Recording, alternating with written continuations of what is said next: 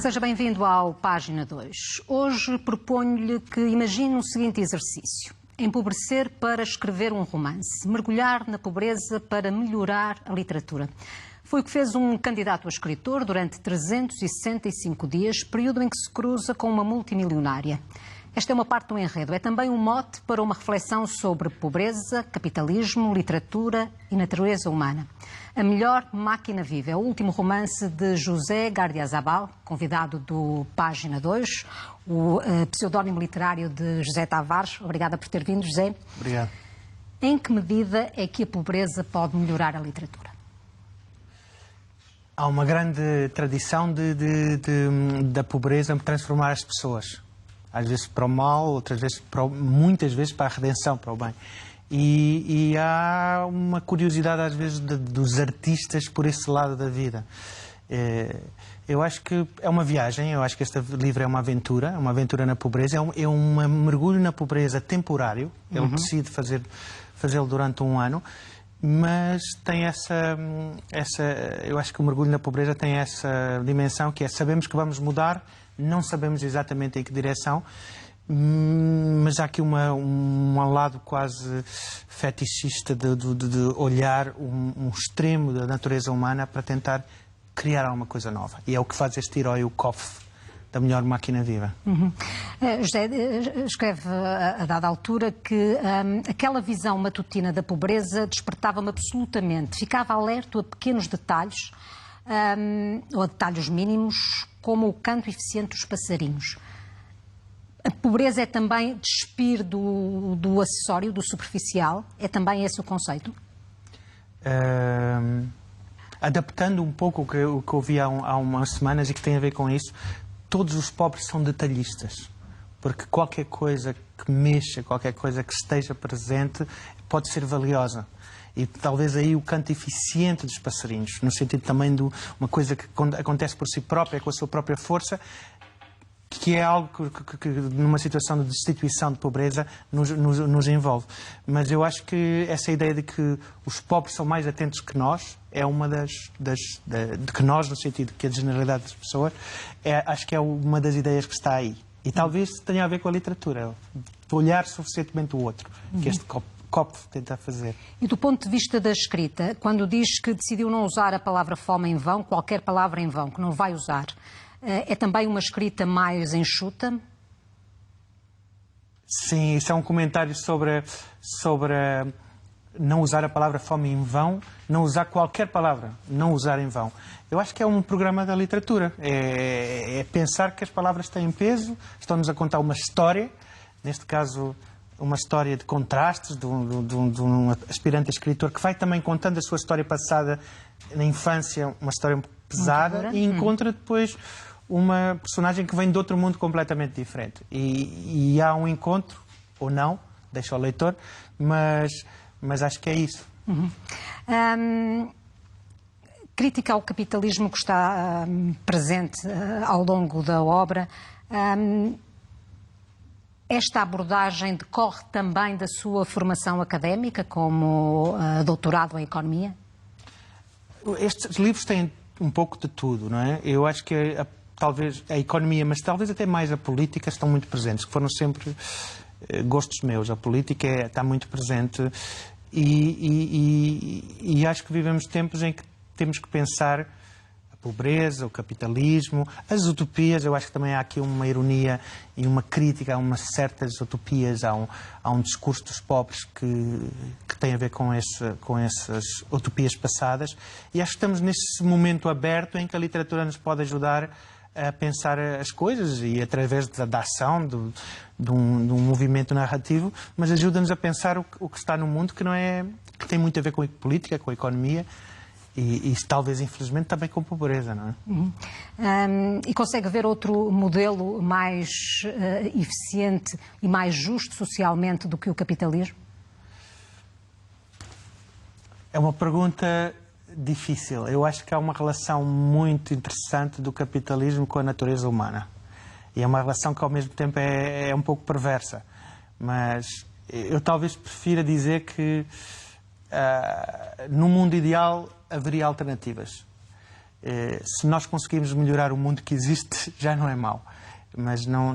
Mas aqui há uma certa crítica de algumas alternativas fáceis. Eu acho que as alternativas fáceis já foram tentadas e não correu bem. Nesta história, Kopf e Eva encontram-se, ou não, mas cruzam-se pelo menos as suas vidas. Há uma tentativa de fugir a uma espécie de manicaísmo entre o bem e o mal, mas acaba por ser o falso pobre com a boa capitalista, uma ideia do bem e do mal que está ali subjacente, ou não, de luz e de trevas também. Sim. É muito interessante falar do manicaísmo. Eu não sei se a palavra manicaísmo está no livro, mas é muito o que é este livro. Vamos colocar uma bela e também, acho, boa capitalista, e que até tem também a sua própria tragédia pessoal, e vamos pôr um falso pobre. E não ser condescendentes no sentido os pobres são bons, os ricos são maus. Há aqui uma luta. Eu não sou muito militante de nada, mas talvez seja militante contra o manicaísmo. E gosto que os leitores sejam abanados nos preconceitos habituais. E que são preconceitos muito presentes relativamente à pobreza, ainda hoje, não é? Sim, sim. Eu acho que sim.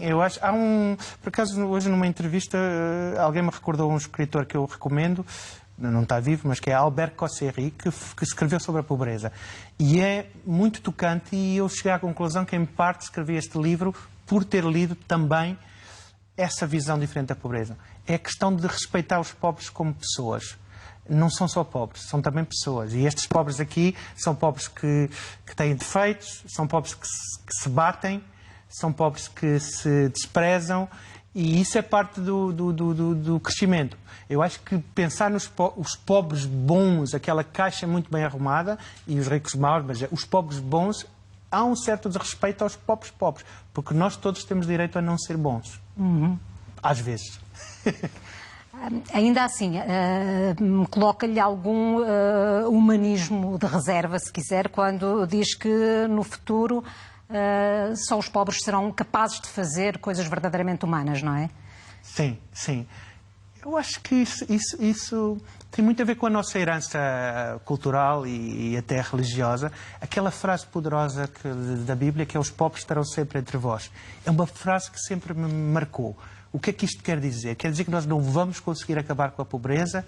Quer dizer que os pobres nos vão estar lá para nos ensinar alguma coisa? E eu acho que, quando eu toco esse tema, do futuro será dos pobres, eles farão as coisas verdadeiramente humanas, eu estou um bocado a dizer isso, que sem querer fazer nenhuma apologia da vida, nós temos que, não só os pobres aprendem com a pobreza, mas nós temos que ter a decência de perceber que isto nos está a dizer qualquer coisa. Este mistério de os pobres estarão sempre entre vós, que eu acho que talvez, infelizmente, seja verdade.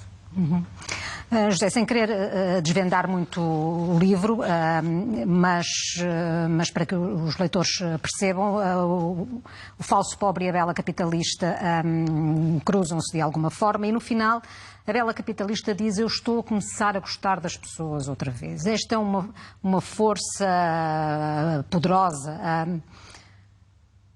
Significa que é a amizade ou o amor que nos conseguem mudar? São essas as máquinas mais poderosas? O título podia ser As Melhores Máquinas Vivas, mas acho que era um título menos literário, porque de facto há várias máquinas aqui. E uma das máquinas importantes é essa do amor versus a amizade, e também versus a sexualidade. Mas a amizade, de certa forma, é uma máquina mais... Eu sugiro um pouco que é uma máquina mais poderosa e mais difícil. Nós dizemos ama os outros, o próximo como a ti mesmo, mas nós todos, de certa forma, amamos em algum tempo da nossa vida, mas ter amizade com um grande grupo durante muito tempo, com um grande grupo de pessoas, isso se calhar é a ginástica mais difícil. E talvez seja a melhor máquina viva, ou isso, ou a literatura, que ele próprio pratica, o Kopf, à medida que ele vai crescendo. E para o José é seguramente a literatura? Eu não diria a melhor. Eu aliás, gosto muito dos meus filhos para dizer que é a melhor máquina viva, mas não conseguiria viver sem a literatura, e acho que é uma máquina, no sentido em que no bom sentido, no sentido em que pela literatura chegamos a ideias sobre o mundo e a uma afetividade com o mundo que não chegaríamos sem a literatura. Outras pessoas fazem de outra maneira, gostam de caminhar ao pôr do sol, e isso é também uma máquina. Mas, de facto, para mim, a literatura é uma das melhores máquinas vivas. Porquê é que o José diz que ler é acreditar e escrever é duvidar?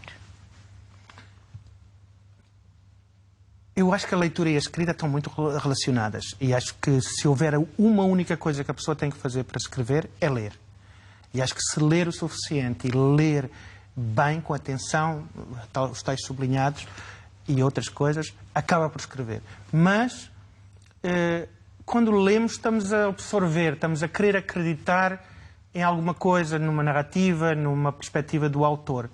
Escrever mostra-nos, quando começamos a escrever, começamos a perceber que há uma construção.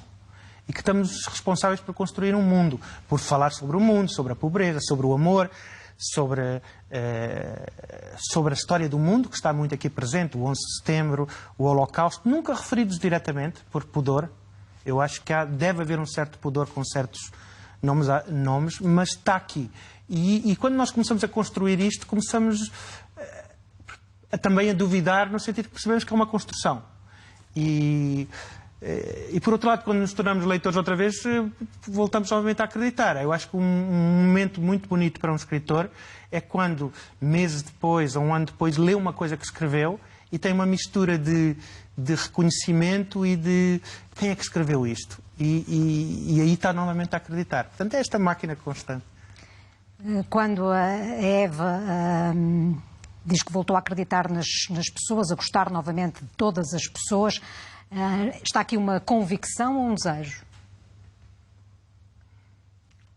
Eu acho que está uma convicção, porque é próximo do fim do livro, há um florescimento, há uma...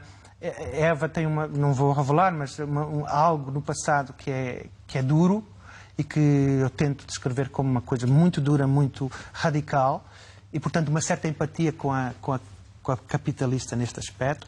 E eu acho que todos nós queremos acreditar, e ela acredita no final.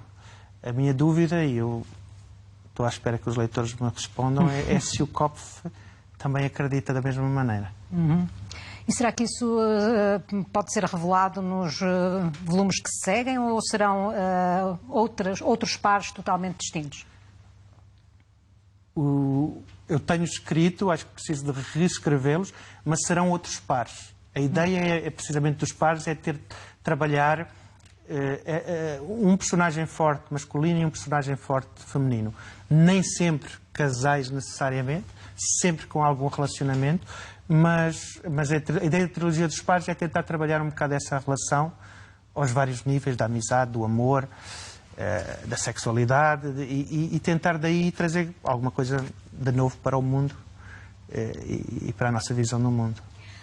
O José já foi premiado pela poesia, escreve teatro, prosa também. O romance conquistou nesta fase da sua vida? Eu às vezes começo a escrever um livro como por exemplo, penso, vou escrever uma peça de teatro e a meio o texto diz-me que eu não sou uma peça de teatro e que tenho que passar para outro estilo. Portanto, eu vejo isto como uma grande porosidade. Mas o romance é um desafio, antes de ser empreendido, é um desafio que é um marco para muita gente. Eu neste momento, estou seduzido pelo romance, entre outras coisas, estou seduzido pelo romance. E seguramente muitos leitores ficarão seduzidos por esta obra. Muito obrigada, José, Obrigado. por ter vindo à página 2. Que falta salvar o mundo, ninguém duvida, mas citando o autor, também falta inventar palavras para salvar o mundo. E esta obra é um enorme contributo. Boa noite. Obrigada.